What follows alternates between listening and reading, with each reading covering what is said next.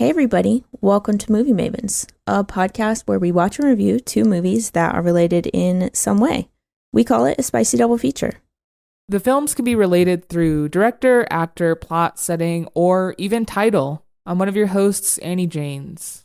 And I'm Carson Green, and this week's spicy double feature is really fun. It is Netflix's recent release, They Cloned Tyrone, and Sorry to Bother You from 2018.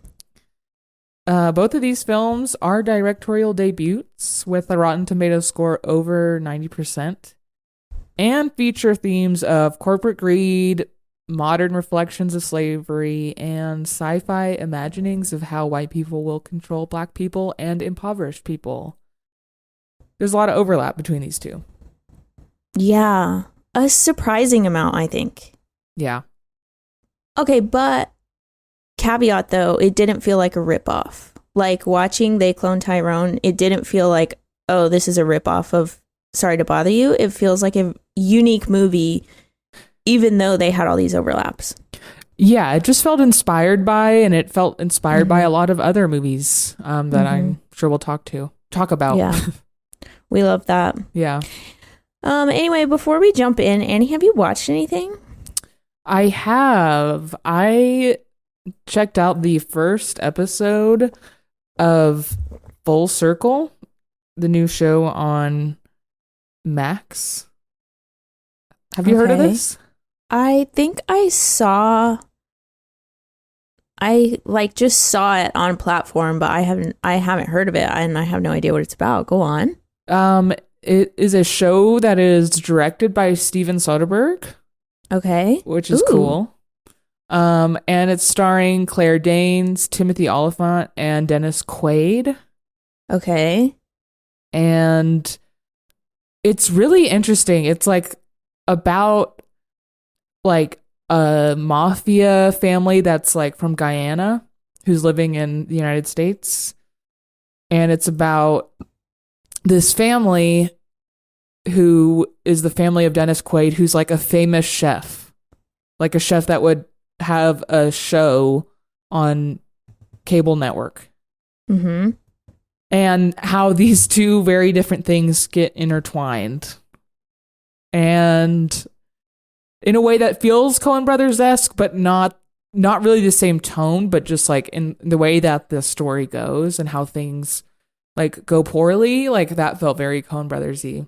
Mm-hmm. But I really dug this first episode. The cinematography is super weird. There's like a ton of handheld shots. It probably was like cheap to make, or like it was compromising on, the look because of how many places they have to go and how many characters have to be on the screen and things like that. I don't know. But what genre is this? It's like, it felt kind of like a mystery. Oh, interesting. Yeah. And I really dug it. I think the pilot was like very satisfying, and I'm excited to keep watching it. I want to know where it's going, and I think how the events played out was just very fascinating. Okay. Yeah. Should I watch it? I think you should, and I think you'll know after the first episode if you are going to be into it or not. Okay. I don't think it's like hard to be into, but if that's like what you're looking for or not, because I know you have been looking for a show.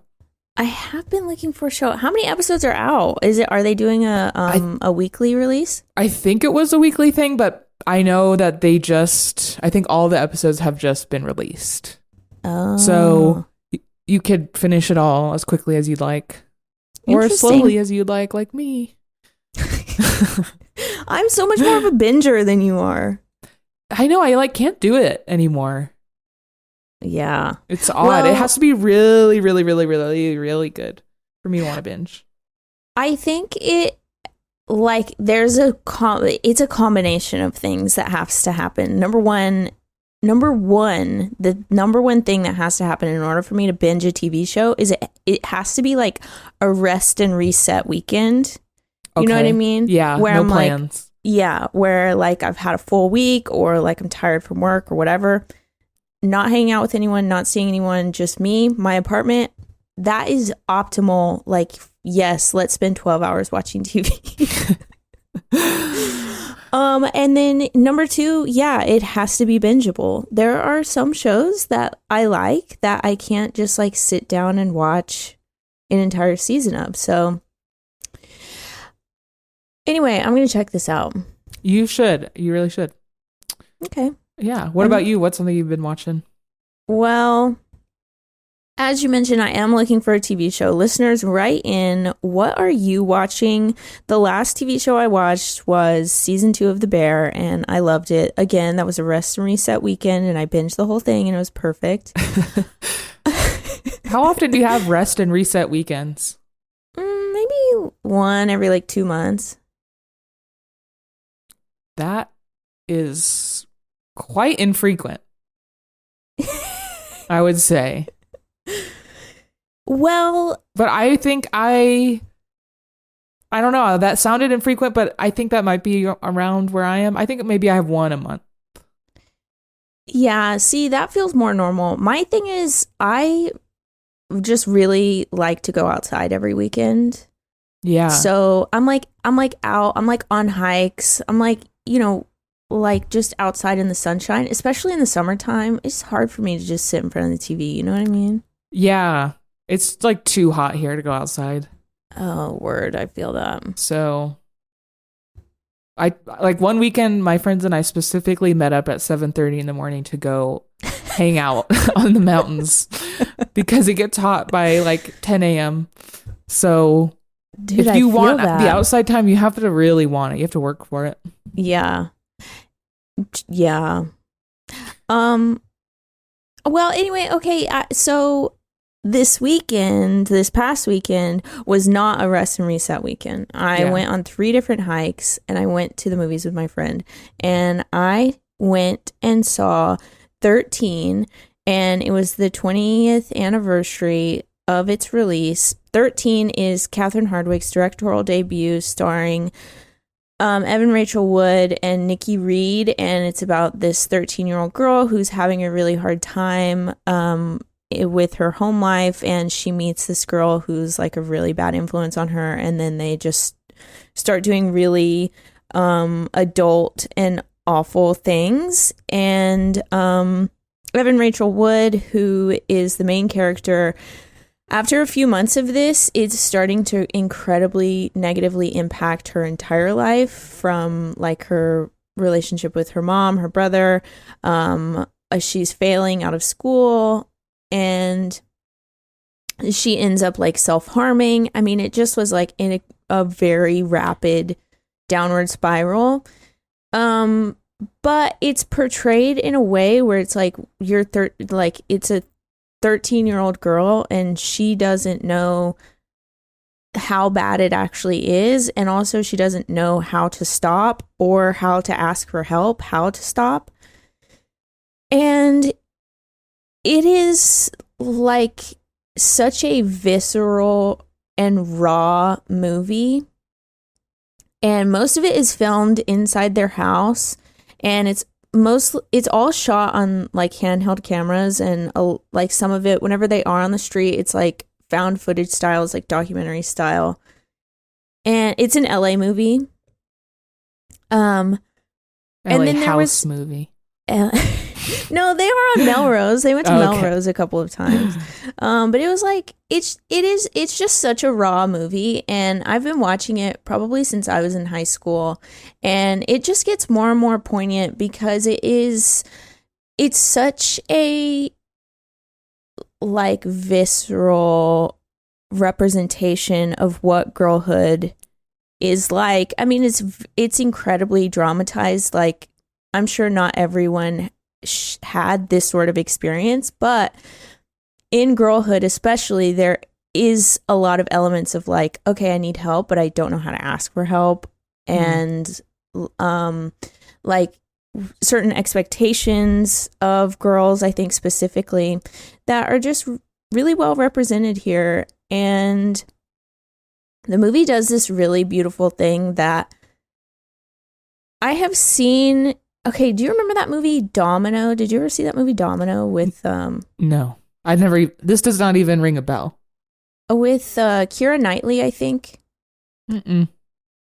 Well, It does a similar thing in storytelling where the colors change with the movie, but it's so dramatic. Like by the end of the movie, it's like almost chrome and it's like almost like blue because it feels like all of the color has been drained out of her.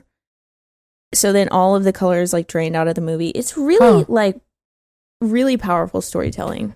I had no idea that that's what 13 was about. What did you think it was about? I don't know.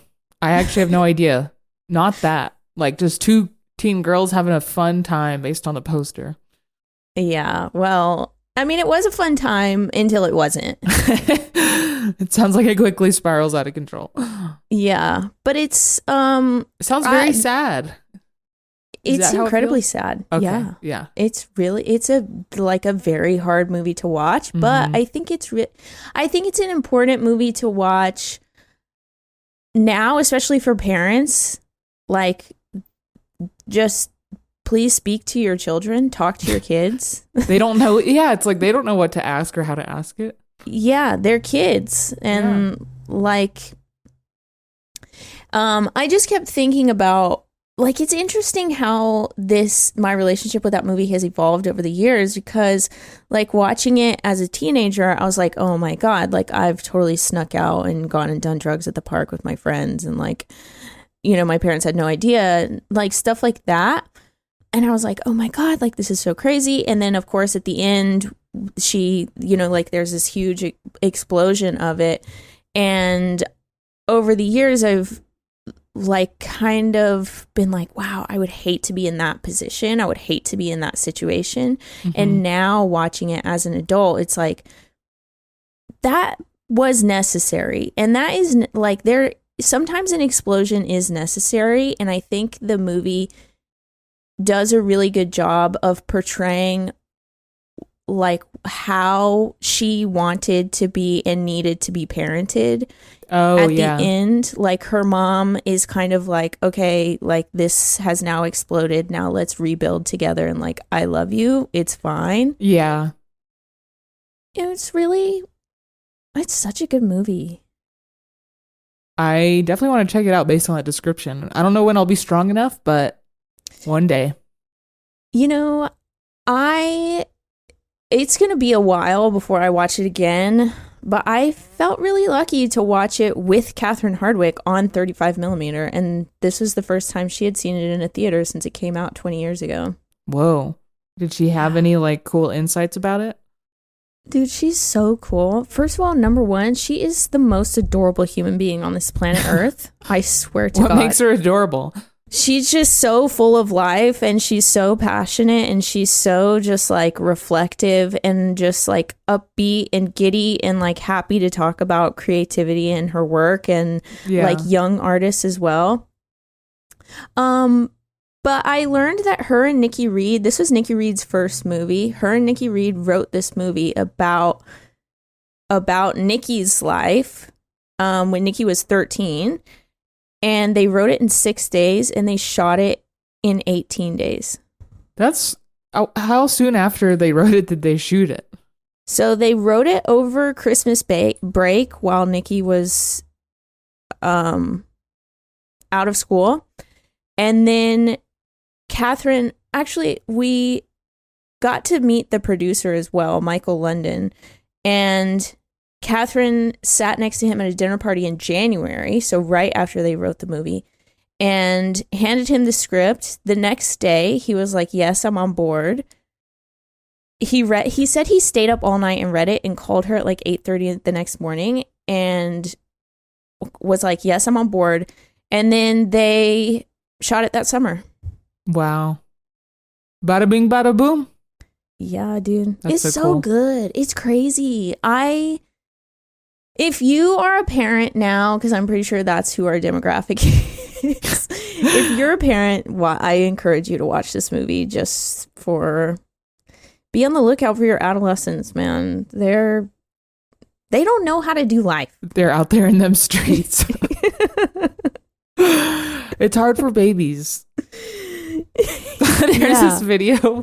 One of my favorite videos on the planet is this like baby that knows how to speak, whatever age that is, where they're like in a diaper, but they can form full sentences. Maybe he's not in a diaper, but he's in a onesie. And he's sleeping in like a crib that was recently turned into a toddler bed.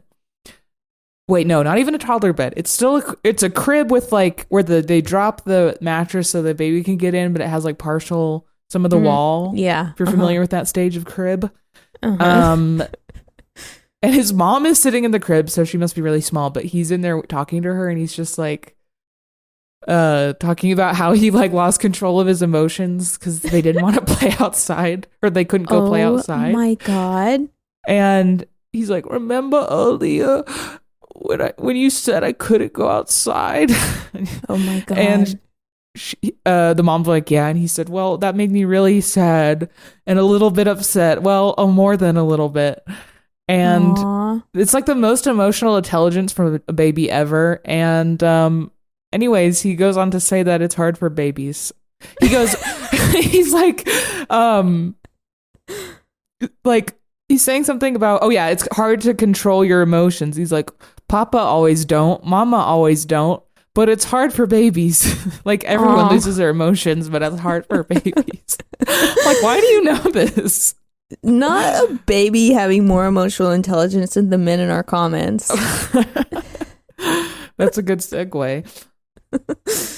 Yeah. Okay. Oh, if you are here from our recent video, shout out, hello, thank you, welcome. Recent video like on Instagram. Yes. Oh, yes. Okay. Also, I kind of want to clear up my point on that video because a lot of people, and by people, I mean men, were in the comment section talking about Ryan gave a great performance. How dare you? And from the start to the finish of that video, neither Annie or myself say anything negative about his performance. We only mirror what's happening in the press to what the plot of the movie is. That's it. That is the whole... Yeah. And the part where we're laughing and you're like, sure. We're laughing at the irony. Yes. Because that's funny. It is funny because at this point, what can we do? Like, isn't it ironic? Exactly.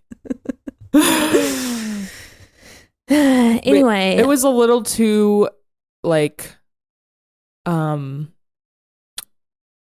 was a little too clever. Yeah, I think we just kind of went over people's heads. Which is so weird. If those men came to listen to this episode, which, by the way, crazy behavior, but I will say people were fighting in the comments with each other, and like there was fights breaking out between men in the comments where men would like go to these people's profiles and be like, you're a nerd who likes Avengers, and I'm like, why do you know this about a stranger? And then I click on his profile and he's like a gamer Twitch streamer with that likes Marvel or something. I'm like, so this guy went to his profile to just say something bad about him? Yeah. So maybe there's men here tonight in this room. And anyways, I'm laughing at how how mad they would be if they heard that. That is too clever. There is a huge phenomenon of hate watching and hate listening. So I wouldn't be surprised. It would not surprise me. If you're hate listening to this podcast right now, please write in. We want to hear from you. Just not in the comments. Oh, yeah. Hey. Anyway, yes. We should mention that for all the hate that post got, like you said, it got like 2 to 3 times the amount of love. So we're not here to complain about it. It's just something that happened. Yeah. No, it was definitely interesting and eye-opening. Especially like in my, like, I'm a social media manager and I like make posts like this a lot, and like I work for big brands where there can be like big explosive fights in the comments, and on brands you kind of just have to watch it happen and then like learn from it. And on on this post, it was really fun to just kind of like see a hate comment or see a man just like being an idiot and just not even second guessing, just deleting the comment. Goodbye. Oh, the man would? No, I would. Oh, I thought, okay. No, I would. No, yeah, it was nice. Like, I have never had that sort of power, I think. Yeah, to be like, that's gross, I'm deleting it. Yeah. And not because it is contrary to what we're trying to say, because actually most of the comments are still doing that.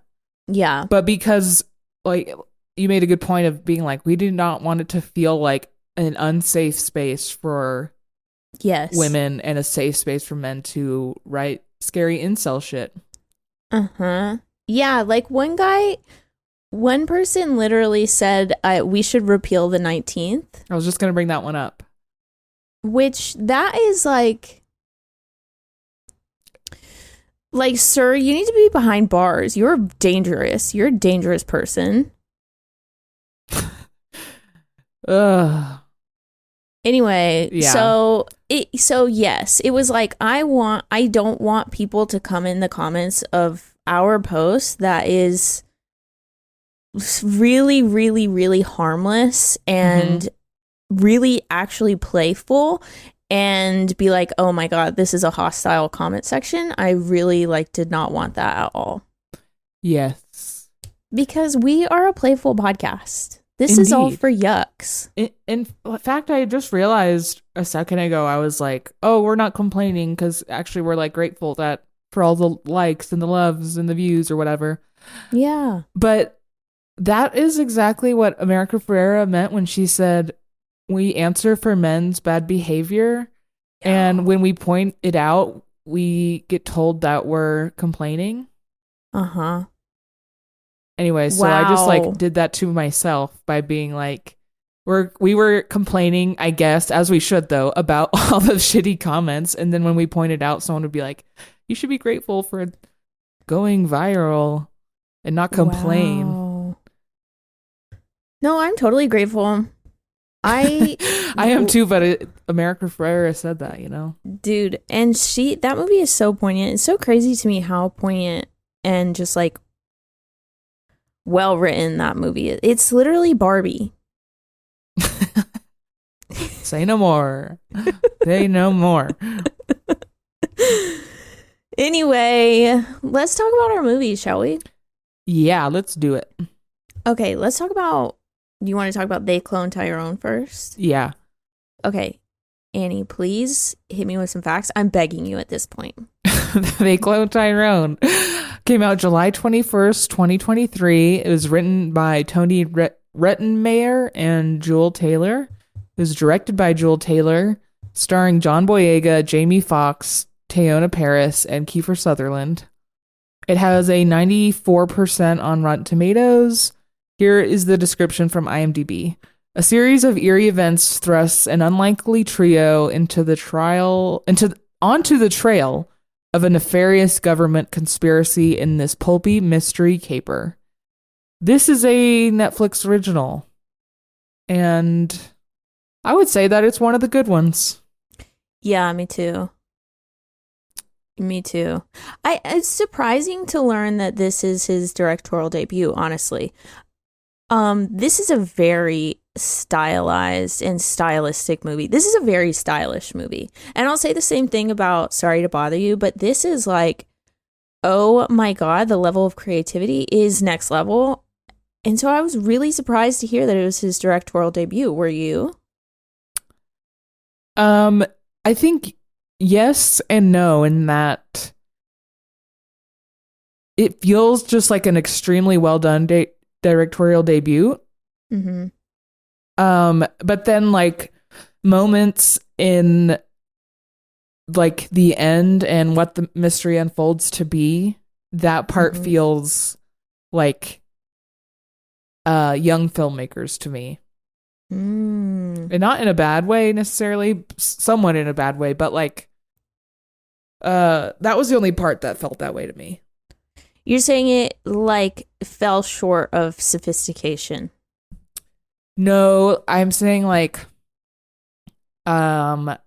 the way that the final confrontations were paced felt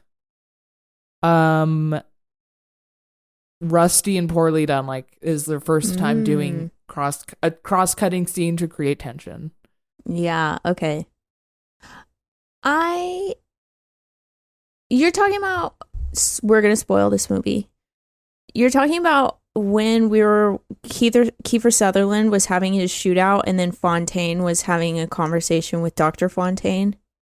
Like that kind of cross-cutting? Yeah, and Jamie Foxx and Teyonah Parris were like, that shootout. That's what you're talking about. Yes. Because the Jamie Foxx, Teyonah Parris like shootout was like blocked for something that should have happened very quickly, but then strung out across like an intercutting over and over and over again, like too many times for too little to happen.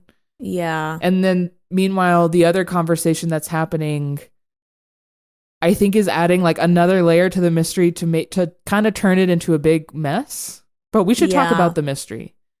Okay. What did you think about everything that unfolded in terms of what is actually going on in this movie? Which feel free to explain. Yeah. Okay, so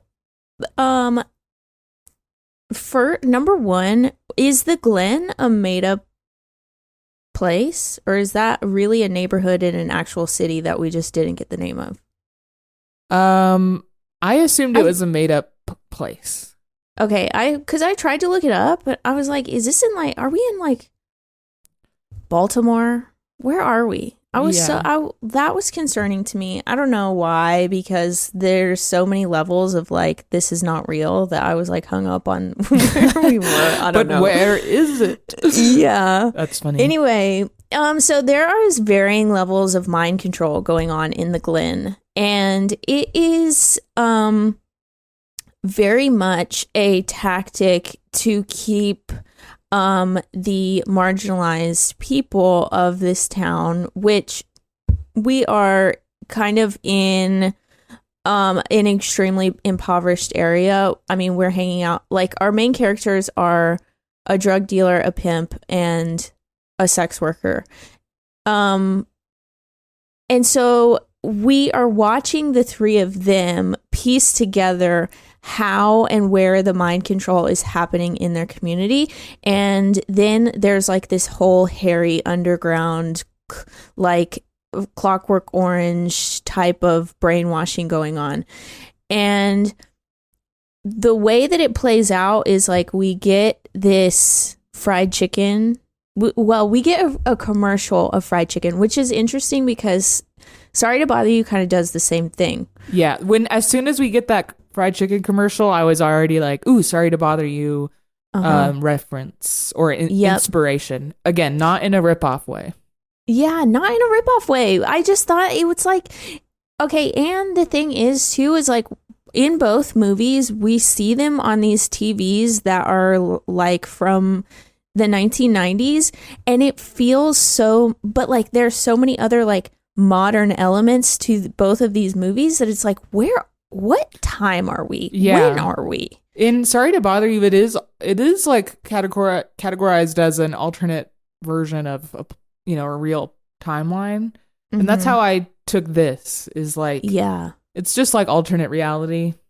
Yeah. And like the tech, okay, this was a crazy reveal when he realizes that his mom is just a tape recorder on a table. Yeah. That tape recorder thing is like so old looking. It's not some crazy computer like they have the clones in. But you're right. It's like on one hand they have all this shitty tech, and then on the other hand they're creating clones in this like crazy huge underground lab. Yeah. It doesn't add up, but it honestly, it's just for the vibes, and that's fine.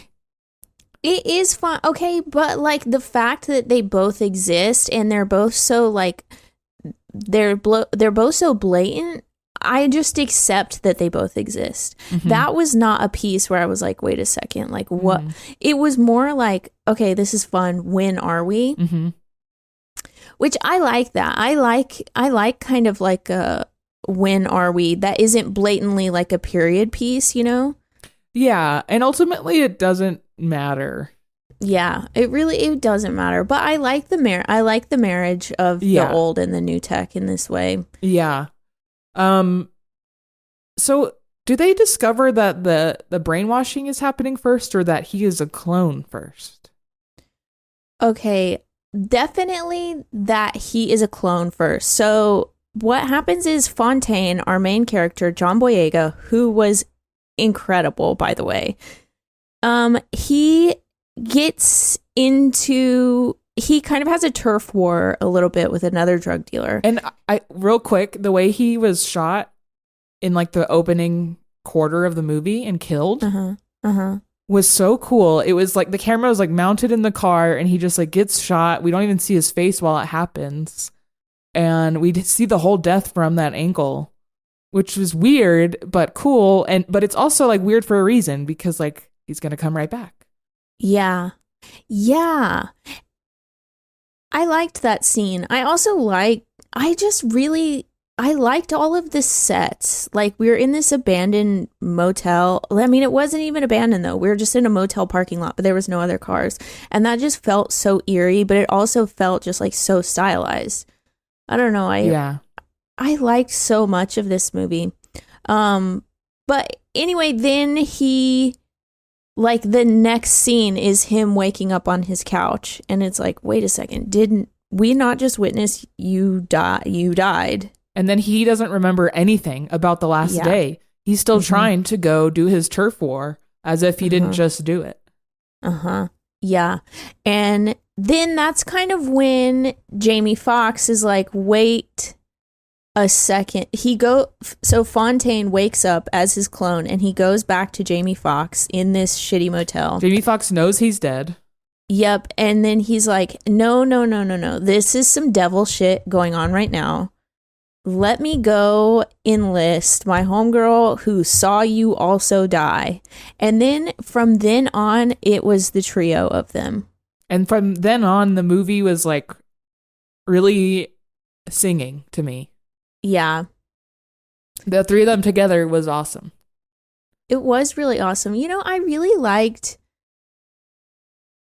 didn't feel like, yes, it is a mystery, but I didn't feel like, I don't know. It's like some of the clues and stuff. I never felt pandered to, which was nice, because like, I mean, even like, we're talking about kind of the low tech, but there's also like lowbrow, clues.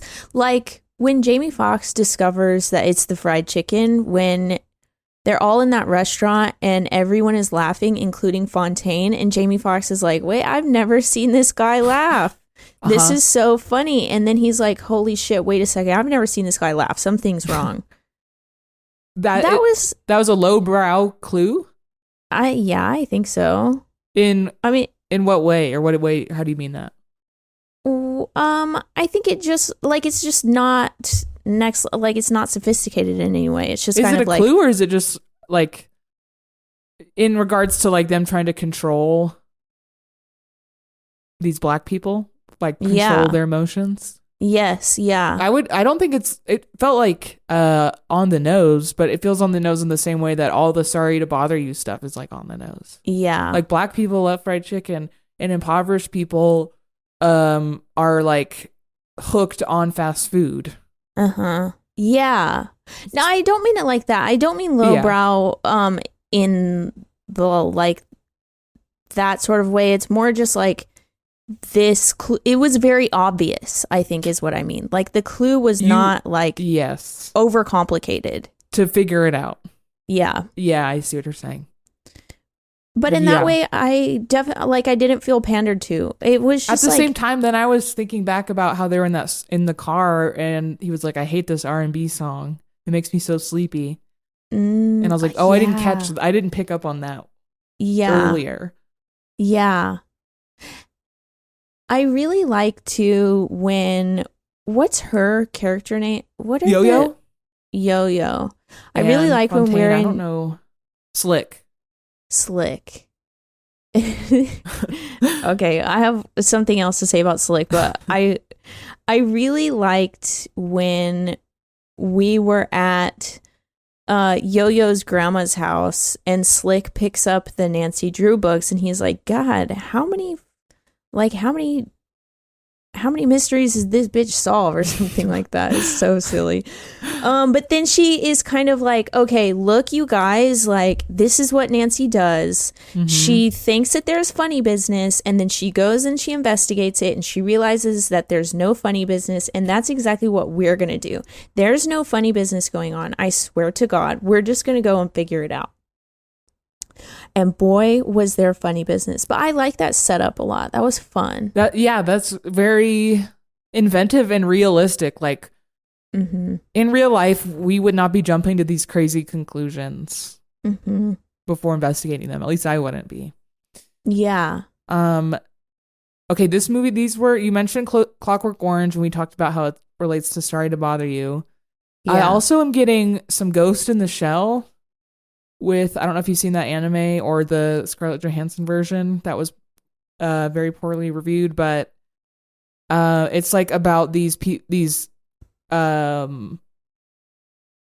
or androids that are getting implanted memories and maybe not even knowing that the memories are implanted. What? And that was happening here.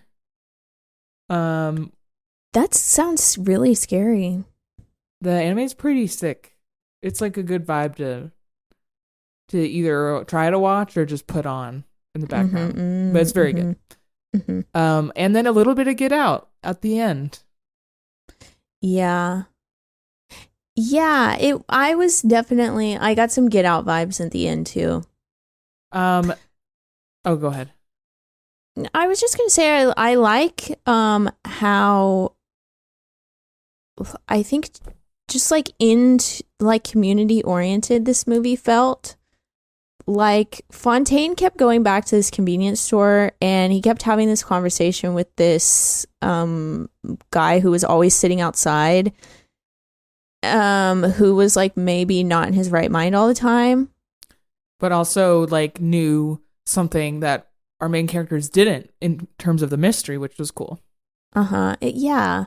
But I like that he kept going. I like that we kept having that scene of him buying Rillos and a scratch off and whatever that beer was, at Old English or something. But and then like they all kept talking about the Glen, the neighborhood that they live in, and how like this can't happen in the Glen. We need to save the people of the Glen. And then at the end, like enemies became like they all came together. They became comrades to rally against the one true enemy, which is the U.S. government.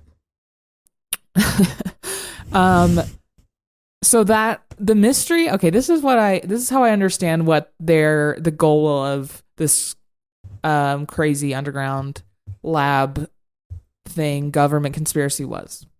Okay. This company or sect of the government, I don't know. I thought it was a company, but I don't remember. Is cloning black people in order to create high crime and high poverty areas so that nobody investigates what's actually going on hidden underneath those areas in an underground lab that, in addition to the cloning of black people part, is also attempting to create products to control black people, to make some sort of made up utopia. But also they're trying to like genetically modify people to like breed out the blackness. Yeah. That's a little too much for me. It's a little too messy, but what did you make of all of that? It was a little advantageous. I think it was a little ambitious. But I think it's a good metaphor. I think it's a good metaphor for... I don't know that it's like one metaphor. It's like 5. Yeah. And it's just too many. It's like gentrification is happening so that we can, it's easier to control poor people. Yeah. But we also are trying to like control black people with like addictive fast food and addictive grape juice, like sugar and all the shit we put in our food. Like, it's just like and then, saying a lot. But and then like let's sprinkle in eugenics. Yeah, that's a lot. And that last one only being brought up in the climax. Like, I didn't need it, like, that was brought up as if I needed another answer. Like, I still had some big question, but I didn't. So it's just like another big answer to a mystery I thought we had already solved. Yeah. And two, it was really interesting that the main guy, or like the head scientist, like the original Fontaine, was not a drug dealer, or was he? He was at one point, right? That's like the backstory that we get. Like the first Fontaine that wasn't a clone? Yeah. Oh, I don't know that he was. I don't know that he was. I just know he had a brother. That part was true. Yeah, but did the brother die through like means of being involved in drugs? Yeah, that part also felt a little messy, where like we get the bodyguard and or the driver Fontaine who doesn't speak, and Kiefer Sutherland who just shows up to like briefly give us a handful of exposition of like here's what's happening, which was like funny and cool, but also very it was a little clunky. Yeah, I think it did feel clunky. I think it felt like over. Oh, sorry. It felt what? It felt like just a little bit overstuffed, but I think the humor of it all and the quickness of the film, it, like, while I was watching it, I wasn't having any of these thoughts. I wasn't like, wait a second, now we're getting a new added element. But looking back at it, it was overstuffed. Yeah, I think I felt that way only in the climax when we get the like first Fontaine and the genetically modifying people part. Yeah. But the Kiefer Sutherland part also felt a little clunky to me, but that's like what when I pick up on the debut film thing. Yeah. I also just want to say I love that there's like an element of white guys with afros everywhere, and that's like who the like test experiments on the eugenics side of things. That was very funny. It was very much, it was giving the wig, the afro wig that we get in Sorry to Bother You. Yeah, true. With the soda can attached to it. Oh my God. My last thought here on They Clone Tyrone is I love Jamie Foxx's performance. He's so talented. Yeah. And I liked that he kept saying, I'm the 1994 Pimp of the Year or something like that. Yeah. Yeah, he did very well. The last thing I'll say is that I liked how it wrapped up. Like, I liked the reveal that it's happening everywhere. And that's why it was so imperative that they stop it, because it wasn't just the Glen. Yeah. I thought that was pretty cool. And I thought there was too much fake film grain, but yeah, I could not make out faces in the distance on many shots because there's like just too much grain. Oh, me too. I thought I just had bad eyesight. You're like, that's how everything looks. But I like this movie. I recommend it. What would you give it out of 10? It's a full 7. Ooh, that's my score as well. Nice. All right, Movie Maven scores 7 out of 10. Let's move on and talk about Sorry to Bother You. Let's do it. Annie, please hit me with some facts. Okay, Sorry to Bother You came out in 2018. It was written and directed by Boots Riley, starring Lakeith Stanfield, Tessa Thompson, Danny Glover, Stephen Yen, and Armie Hammer. It has a 93% on Rotten Tomatoes. Here's the description from IMDb. In an alternate present-day version of Oakland, telemarketer Cassius Green discovers a magical key to professional success, propelling him into a universe of greed. This is streaming on Amazon, if anyone wants to check it out. And I think Carson and I both have seen this movie and like it. So check it out, and we're going to start spoiling it right now. Yes. Okay. Did you see this in a theater? I think I saw it twice in a theater, dude. Nice. Hell yeah. Yeah. I was talking to a friend of mine earlier, and I said, oh yeah, I watched Sorry to Bother You the other night. And he said, I tried to watch that. I put it on for 10 or 15 minutes and I wasn't taken with it. And so I turned it off. And I had a similar experience this viewing. Say more. Where, okay, I turned it on and I was watching it. It was maybe like 20 minutes into it. I probably paused this movie like 5 times. Just to get through, like to take a break. Yeah. Whereas, like, I remember the first time I watched it in a theater, I was so enthralled. And I think it's like very similar to what you and I have described in the past of like going to a theater to see a movie is such an experience that some movies absolutely require that kind of attention. But this isn't hard to watch.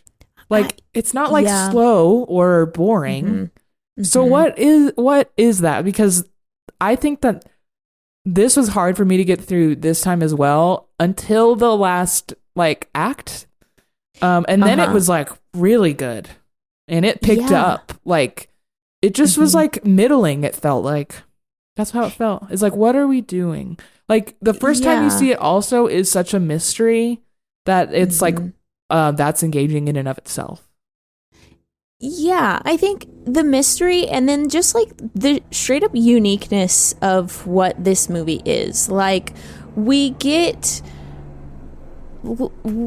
getting a call center on strike. We're getting a white voice. We're getting a place where you can literally sell your body and then you go and live there. You can basically opt into jail is what it kind of feels like.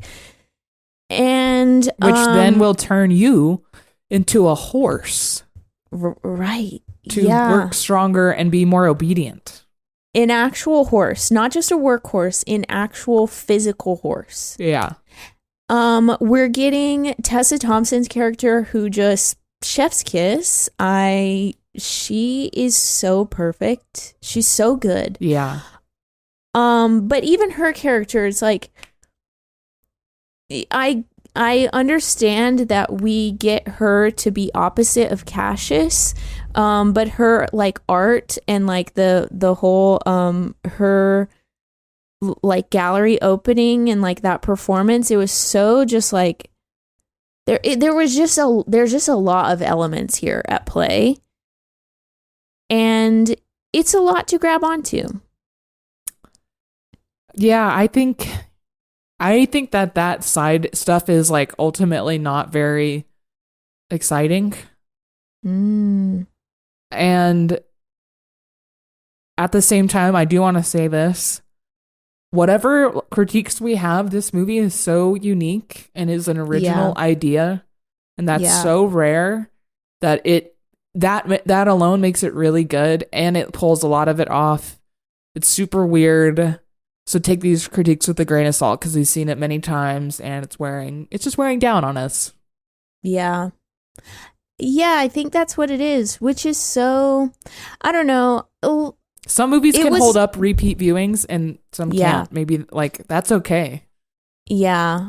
Yeah, I think that is okay because whereas like this wasn't necessarily my favorite viewing experience, it's still, like you said, such a unique movie, and it's so like, I think it's really important like for people to watch it just at all, not only because of like the uniqueness of the story, but also like kind of all of the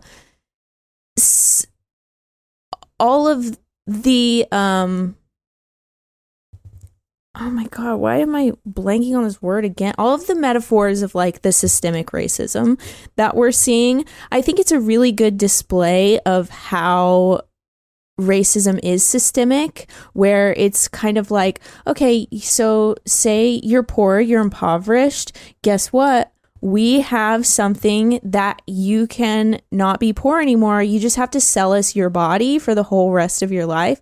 And that can be like, that could totally be a metaphor for like loans that you're just completely locked into that you'll never pay off. It could also be like a metaphor for literal and actual slavery. It could also be like a like, here is a potential future if we were to like take capitalism and like take it to its furthest craziest point, where it's like all technically illegal, or all technically legal because it's like inside of this capitalist business. Like, it could also be that.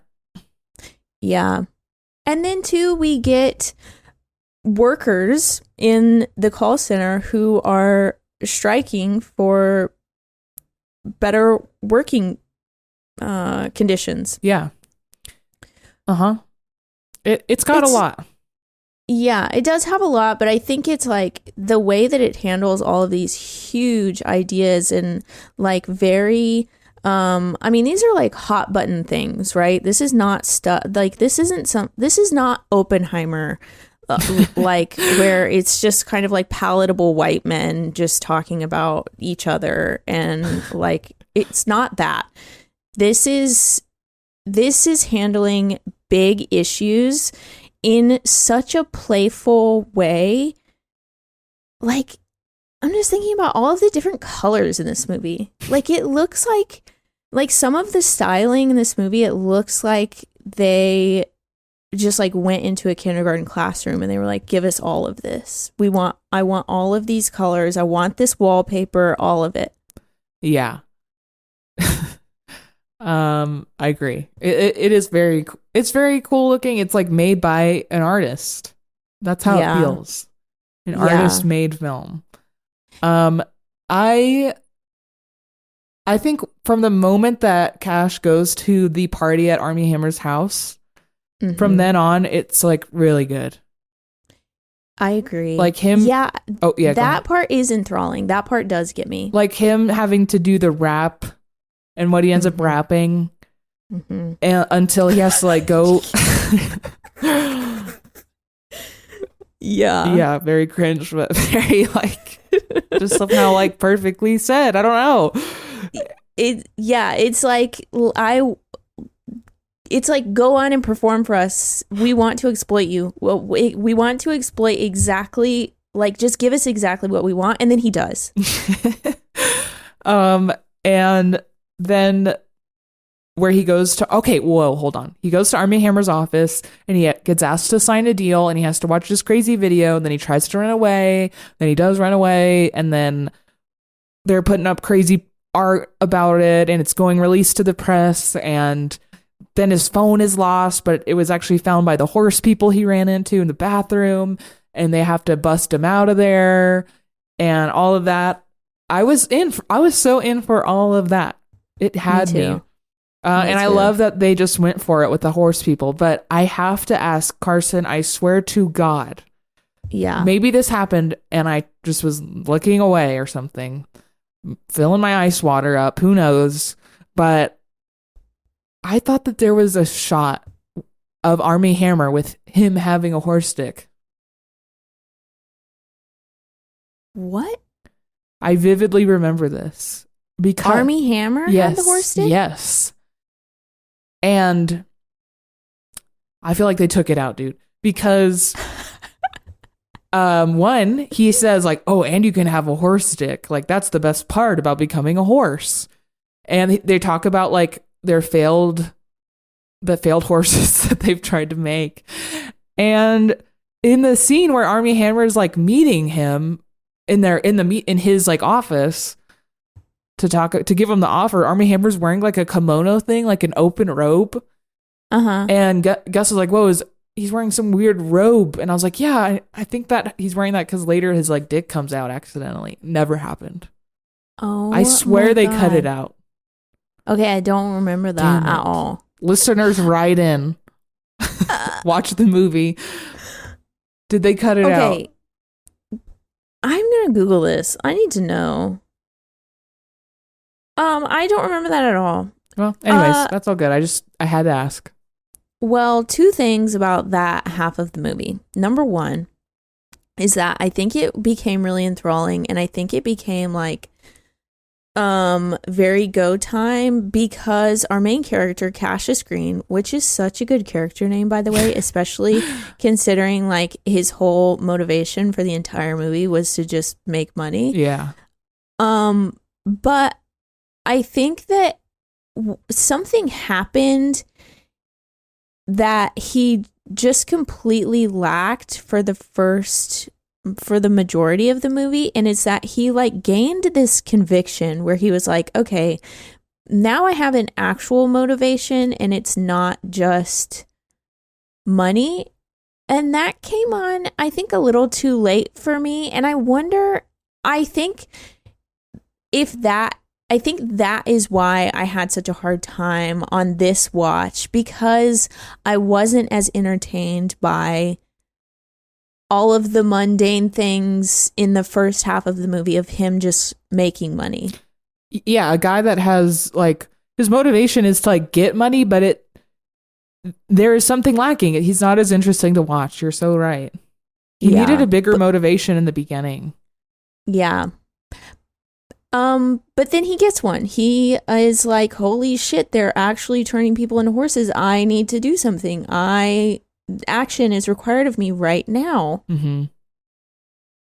And the second thing that made that part of the movie great is Armie Hammer. He is so bizarre. And he plays bizarre really well. I kept thinking about him in The Social Network. And he was so iconic in that movie. There's just so many things that I love about his performance in that movie. But he wasn't weird at all. And so watching him playing a bizarre person who I know that he is, it was very much just like, this is right. This feels so good. Yeah. Before he was acting, this is just Armie Hammer.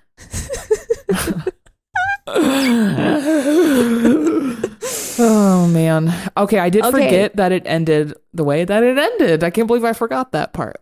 Wow. Well, speaking of the ending, I have to ask now. I have a question. Was the first time he snorted drugs, was that the horse drugs? Or do you think he was given horse drugs when he was passed out in the back of the paddy wagon? Definitely when he snorted the coke. You think? Definitely. It was weeks, though. Was it?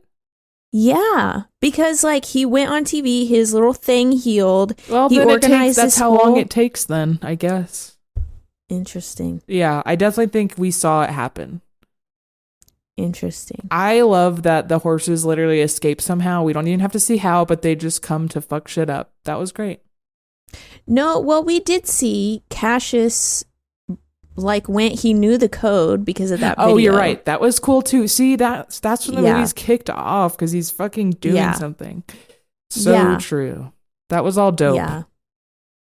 Yeah. Also, I cannot believe that Steven Yeun stole his girl, man. I can't believe it, actually. I can. Yeah. He was flirting with her while they were together.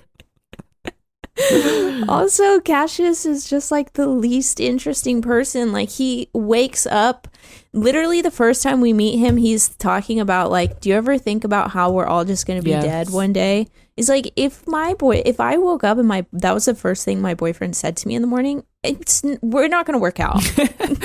I will say too that the way Lakeith Stanfield talks does not lend well for me to believe the like dub of the white voice. Like, I wish it was more like uncanny, because everyone's acting like it's uncanny. But I'm just like, this is a horrible dub, because Lakeith barely moves his mouth.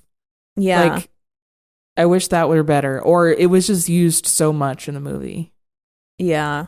Yeah, it really was. God, it's so funny though. It is funny. I love that it's David Cross as the voice actor. Who is that? Tobias in Arrested Development. Shut the fuck up. Or you know that guy. He's in a lot of things. And then the other guy was Patton Oswalt, I think. Oh my God, that's hilarious. Yeah, the other guy with a had an eye patch. Uh-huh. Yeah. Common, Mr. Blank. They never said, they bleeped his name out. Yeah, which I like that. That's such a weird, just like, what's going on? Yeah. Okay, I'm ready to score it if you are. Okay. I go on. You go ahead first. Okay. This movie is the best movie to use a phrase as its name. We've just talked about these. This is the only one that I'll remember. It just sounds better. It just sounds more like a title. This movie's, again, really original, really quirky, really weird. I love a weird movie. Yeah. The first two acts don't really work. Overall, the editing to me was not my favorite, but it stuck the landing, and that alone is hard, and I think this is definitely worth a watch if you've never seen it. I'm going to give it a 7 out of 10. Yeah. You know, it's interesting you said that the first two acts don't work, and I think that the first two acts don't work anymore for us because we've seen it too many times. But I ultimately do think that they do work. I think this is a phenomenal movie. It's going to be a full 9 out of 10. I want to see more from Boots Riley. He's weird, and I rock with that. All right. Wait, sorry. What did you give it? 9. Okay. That means the Movie Maven score for Sorry to Bother You is an 8 out of 10. That feels right. Okay, well, that's our show. Follow us on Instagram at Movie Mavens. If you'd like a free sticker, write us a 5-star review on Apple Podcasts or leave us 5 stars on Spotify and send us a screenshot of that review, and we will send you a free Movie Maven sticker. That's right, free. We want to give them away. That's it. Movie Mavens all the way out.